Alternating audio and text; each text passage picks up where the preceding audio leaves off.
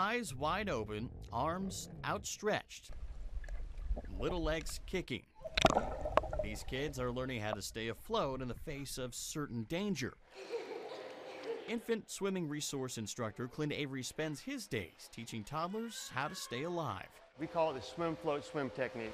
Children will swim face down, eyes open, roll to the back, float, catch your breath, and continue swimming.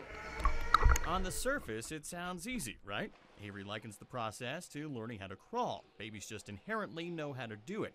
They just need to learn proper posture to hold their breath and turn over.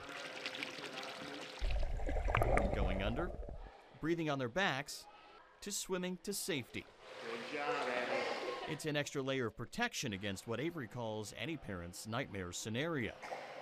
We have a pond behind us and we have a fence, but you never know. And I was always worried that she would just fall into it. A pool is deadlier than a loaded gun in a house. Not to mention all these new neighborhoods have man-made ponds. We have 2 large ponds or lakes just in the low country. We have rivers and we have a humongous Atlantic Ocean. Mix one of those abundant bodies of water with a child's natural curiosity and you have the recipe for disaster. It is so easy to slip away and they can fall in that water. It only takes seconds to get away and only minutes to drown. According to the Centers for Disease Control and Prevention, about 70% of all accidental fall-ins happen while a child is being watched by at least 2 adults. And it's the lessons learned right here in this pool that Avery says could help save your child's life.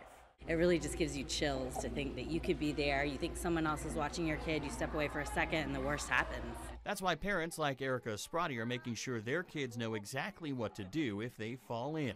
Our neighborhood has a pool. We live near the marsh and plenty of different ponds, and my parents have a pool at their house and live right on the Wando River.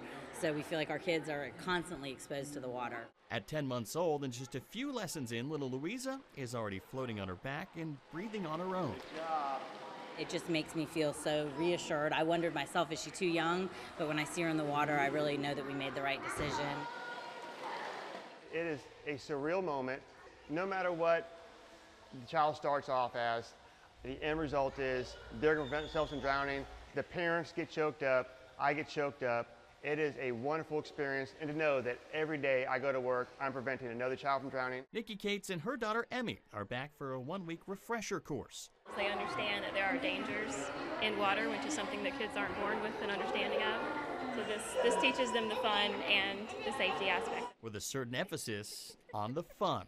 My favorite part was when I spin to the ball. Avery says with individual personalized lessons and over 800 testimonials from kids who saved themselves from drowning, the method is proven. It is the best email I ever get when a parent sends that note to tell me thank you for this program and for these skills because their child prevented themselves from getting out of the water. An effort, Avery says, to keep just one more child from going under.